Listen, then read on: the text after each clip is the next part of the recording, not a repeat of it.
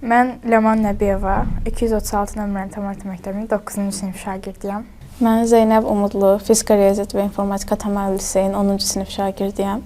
Mən Fizika, Riyaziyyat və İnformatika Təməl Liseyin 9-cu sinif şagirdi Əlizadə Gülay. 15-ci Avropa Qızlar Olimpiadasında, Riyaziyyat Olimpiadasında bürünc medala layiq görülmüşəm.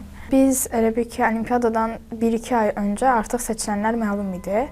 Biz TTM-ə gəlirdik. Olimpiadadan 2 ay falan öncə başlamışdıq TTM-ə gəlməyə. TTM-də səhər gəlirdik, belə axşam çıxırdıq deyim. O müddət ərzində suallar işləyirdik, EGMO formatına uyğun olacaq tipdə. Çətinlik çəkdiyimiz sualları isə müəllimlərimizlə bir yerdə müzakirə etdik.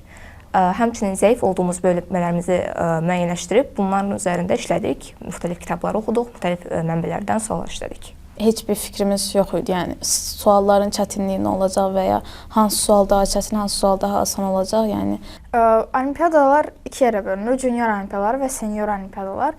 EGMO senior olimpiada olaraq sayılır. Yəni aşağı yaş qrupu üçün nəzərdə tutulmuş bir olimpiada deyil. Ona görə müəyyən qədər çətindir. Biz də stressli olurduq biraz, amma yəni məncə komanda yoldaşlarımızla bir yerdə, yəni keçirdiyimiz vaxt sayəsində məncə stressimiz digər ölkələrdən yəni daha az ola bilərdi. Junior olimpiadaya gedəndə sizin proqramınızın bir qısıtlaması var. Bu qədər proqram düşür. Amma EGMO-da elə deyil. İstənilən yerdən düşə bilər və sizə deyilmir ki, bu qədər materialı əzbərləsən buradan düşəcək. İstənilən mövzudan, istənilən sahədən, istənilən ağırlıqda düşə bilir deyə hər şey, bütün proqramı əhatə eləməli olursan. Olimpiada sualları heç də asan suallar olmur. Yəni ki, 3 suala 4 saat yarım vaxt məncə çətinlik səviyyəsini izah etməyə ehtiyac yoxdur. Olimpiadalarda önəmli olan hissə sualdakı ideyanı anlaya bilməkdir. Yəni ki, əsas olan hissə sualdakı ideyanı tapmaqdır ki, bu heç də asan olmur. 67 ölkə qatılmışdı və 260 iştirakçı var idi ümumi. İlk dəfə bu qədər uşağı fərqli ölkələrdən bir yerdə görürdüm deyə, yəni bayağı heyecanlanmışdım.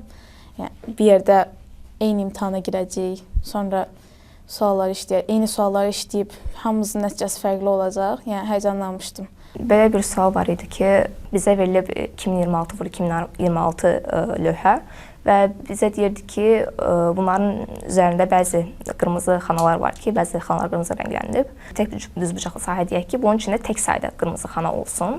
Biz elə tapmalıydıq ki, hər bir lövhədə, istənilən bir lövhədə ən az M sahəli düzbucaqlı tək sahə olsun. Məsələn, mən həll etmişdim həmin imtahanda bu sualı. Mənim üçün burada 2 saat vaxtım aldı imtahanda. Mən 9-cu sinif olduğum üçün bürünc idi elə hədəfim və doğrultdu. Yəni daha çox bal bəlkə yaza bilərdim, amma medal olaraq bürüncdən daha artığını bu il hədəfləmirdim. Bu mənim olimpiadalarda ilk iştirakım idi və amma ilk dəfədən də olsa mənim hədəfim medal idi və hədəfimə də çatdım, bürünc medala layiq görüldüm. Hər olimpiada üçün hədəflədiyi kimi top universitetlərdən qəbul almaq istəyərəm. Hədəfim bu yöndədir. Mənim təhsil planlarım tibb sahəsinə yönəlməkdir. Özəlliklə də Almaniya və Türkiyədəki universitetləri seçməyi düşünürəm. Türkiyədəki Hacettepe Universiteti var, onu düşünürəm hal-hazırda. Eləyə biləcəyindən daha yüksəyini hədəfləməlisən ki, ən azından yaxşı bir nəticə əldə eləyəsən. Olimpiadaya hazırlaşarkən heç vaxt heç bir uğursuzluğun qarşısında ruhdan düşməsinlər. Yəni hər zaman davam edib davamlı olaraq çalışmaq çox önəmlidir. Yəni ki, olimpiadada uğurlu olmağın əsas şərti budur.